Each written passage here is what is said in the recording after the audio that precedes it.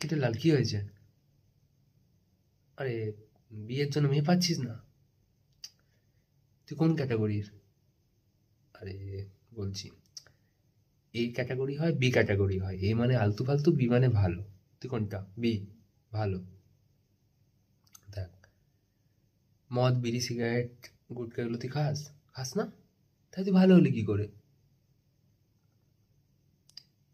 আরে, এইসব এইসব যারা করতো, মানে যারা মানতো 30-40 বছর যদি আগে মানতো তখন ঠিক ছিল, এখন বদলে গেছে। এখন তুই নেশা করেও বি ক্যাটাগরিতে আসতে পারিস, ভালো ক্যাটাগরিতে। মানে কিন্তু তোর স্যালারিটা বেশি হতে হবে, মানে ধর মাসে 2 লাখ টাকা। হ্যাঁ, এরম ইনকাম হলে হয়ে যাবে। ধর চারটে বিয়ে হয়ে গেছিল, ডিভোর্স হয়ে গেছে, তারপর 5 নম্বর বিয়ের জন্য মেয়ে খুঁজছিস, মেয়ে পেয়ে যাবি তখন। প্রচুর অ্যাভেলেবেল আছে। কারণ বেশিরভাগ বাড়ি থেকে এইসব রিলেশনে রাজি হচ্ছে, বেশিরভাগ, সবাই না। তো হ্যাঁ, ধর মেয়ে ওই বাড়িতে গিয়ে মারধর খাচ্ছে।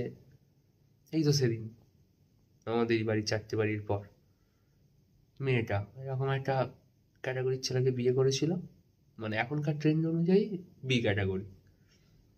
তো মেয়েটা মার খেত প্রায়, 3-4 মাস ধরে মার খাচ্ছিল, একদিন মারাও গেল।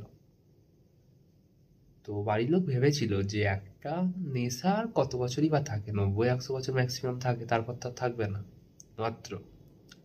তো বাড়ির লোকও বললো যে মেয়েটার কপাল খারাপ, ওনাদের দোষ না।